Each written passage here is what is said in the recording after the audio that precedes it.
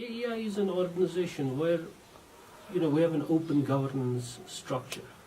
So everybody has a term for 3 years. And 3 years are over, next person comes in. This person leaves. There's a revolving governance. Volunteering a lot and doing a lot of work, and then they asked me, Riyaz, can you join the board? And I said, sure.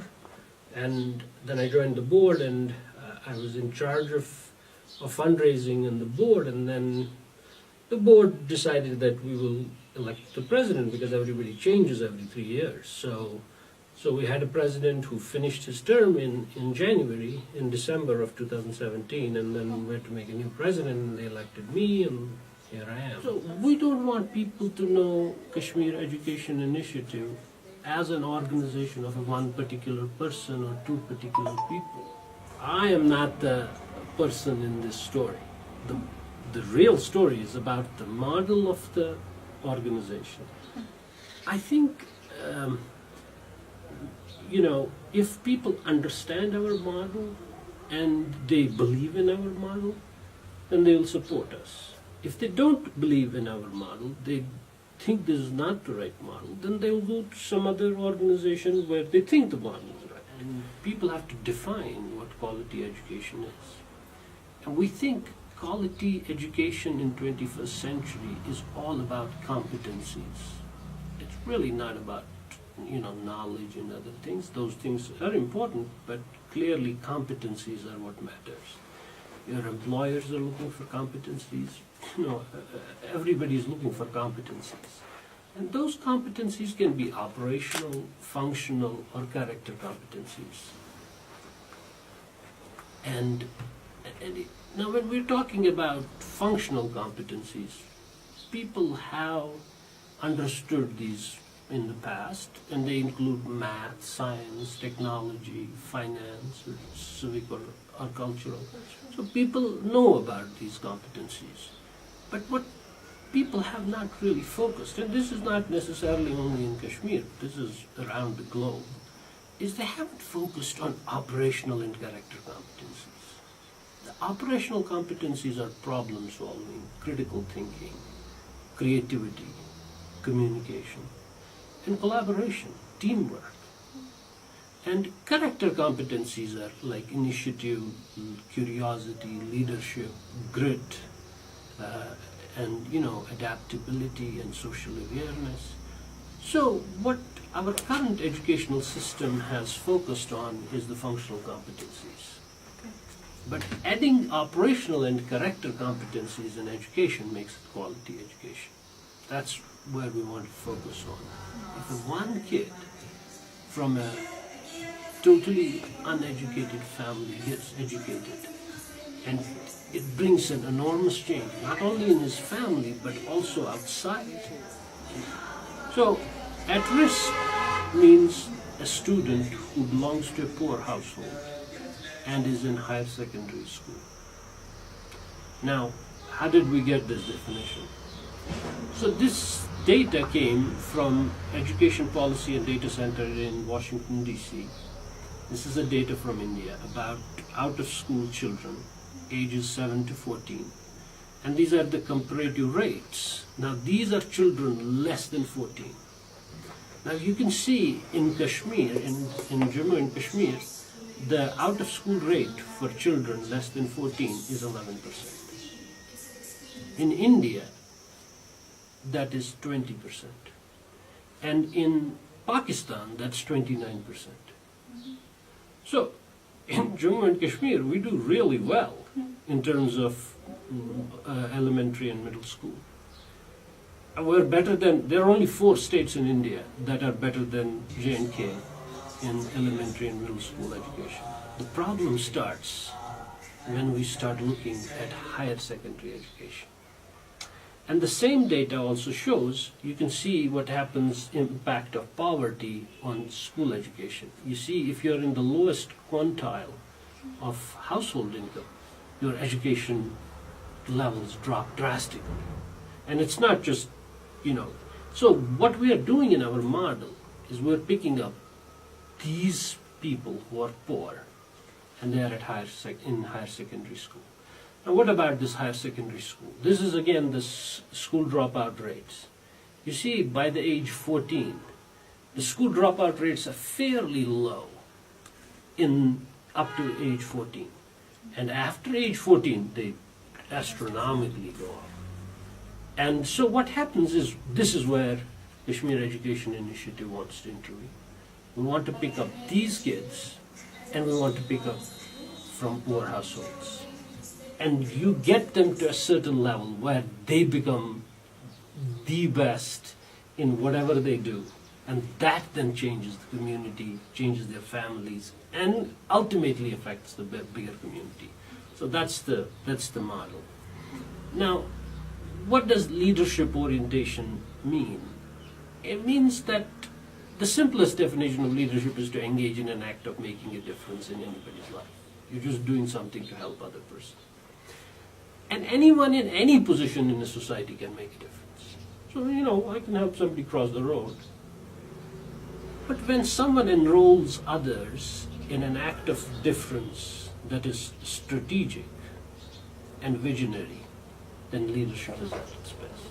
When you have a strategic thought behind this whole process, it really makes a big difference in the entire community. That strategy is very simple. You just pick a very promising kid from a very poor household and you invest in it. We have no infrastructure, we have no buildings, we have nothing. All we have is these scholars that we invest in. And here is an example of Insha. You will meet her at the convention center. She's one of our scholars, and she's already been an illustrator on 2 books that are sold on Amazon. So, this is the kind of change we want to see. And, imagine the impact Insha is having on her siblings, on her cousins, on her extended family. That's the change. We have not invested on any infrastructure. We don't have any buildings. We don't have anything to... All we have is Insha herself. That's the model. What do we do for our scholars? What do we do for them? We give them an identity. We want them to know that they belong to a tribe called Kashmir Education Initiative Scholar. So we don't call them students, we call them scholars. We treat them as leaders. We think that they are the heart and soul of this world. So we give them this identity, and that's our main focus, that we need them to have an identity. So we would pick up a person somewhere who's interested in helping a student, and we'll connect the 2 of them together, and they will talk to each other and guide them. It may not be a very intensive sort of guidance, but just the fact that somebody gets a call from somebody and tells him, I'm there for you to help you, tell me how I can help you, makes a huge difference to the scholar. He feels that I have a potential. He believes in himself with that. And then we focus on the competencies. So now we teach them communication. How do you communicate to other people? How do you present yourself to other people? And what real communication means. Is communication just because you're able to talk? Or is communication that you're really able to communicate and make other person understand? So these are the kind of things, that we focus on these competencies, because we think that it is these competencies that will ultimately make a person successful in 21st century. Because in 21st century, we can always get knowledge online, but we can't get competencies online. And we give them small amounts of money, because they are from poor households, and we give them some amount of money to encourage their parents to let them study. Because what happens is, if we don't do that, these scholars are at that age. The reason people fall off the educational ladder in 9th grade is because in 9th grade, they can make some money. They can go and do some labor and make a little bit of money, and that supports the family.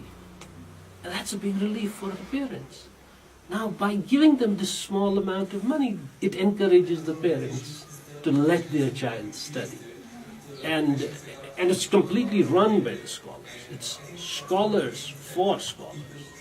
So there is no personal attachment in it. It's basically done by them for them. And there are a lot of things that may not go perfectly well this year, but they will learn for next year. And we just want them to be empowered. We don't want them to feel that they are, truly empowered and are able to execute on what they want. And also, we have invited their parents. We want their parents to understand their point of view. We want the parents and children to develop an understanding. And the idea is, for those, once you want to get to those few segments, is a lot of work. But once you get them on board, then everything becomes easy and it slides down easily. So you have to get yourself to that tipping point.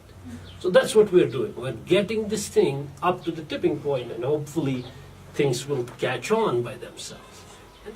And our programs are basically these four, where we have a higher secondary program between 9th and 12th grade. That's our flagship program. That's the main program we have.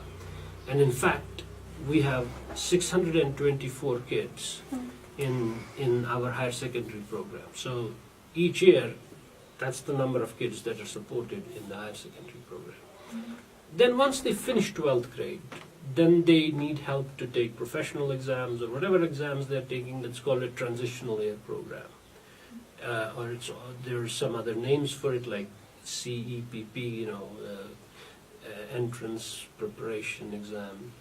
And so that's, some kids get selected for that. And then there is an undergraduate program where people are doing, they're in universities or they're doing bachelors, and we'll help them during those years. And then there is postgraduate programs where they go outside. Somebody wants to do higher education in a certain field. We just selected 15 candidates last year for our program. And so the idea is we give them application fees, we provide them the visa fees, whatever else they need so that they can actually get it done. And that's our postgraduate program. So in 2016, schools were shut for 4 months. And we were very concerned that what are our scholars doing? And so what we did is we got 100 laptops, and we gave, in a randomized fashion, we gave half of the scholars, it was every third scholar got a laptop, so that we could compare the students that didn't get a laptop with the students that got a laptop. And we wanted to see what the impact was in their next year's class. So we have just completed the data, we got the results, and now it's being analyzed, and hopefully we'll have the results of that. So that could potentially be a study of impact of self-study portal like laptop in conflict-ridden areas. So that's what I'm saying, is we learn the lessons based on here and how we can improve at other places based on the data we get. Here is the financial report. $12,000. In 2016, we had $214,000. Our grant expenses are $168,000. Were $153,000 in 2016. These are our other expenses. Our professional fees and other payments to independent contractors and our organizational efficiency was 89%. And these are our 10 facts. I don't know if you have this, but we have given, this is a year-old data from 2007 to 2017. We've given $645,000 in grants as scholarships. We've given 100 laptops. Board is not compensating at all. Zero, we pay for everything. Notwithstanding anything, there is one most potent intervention that can change lives and generations, and that was education.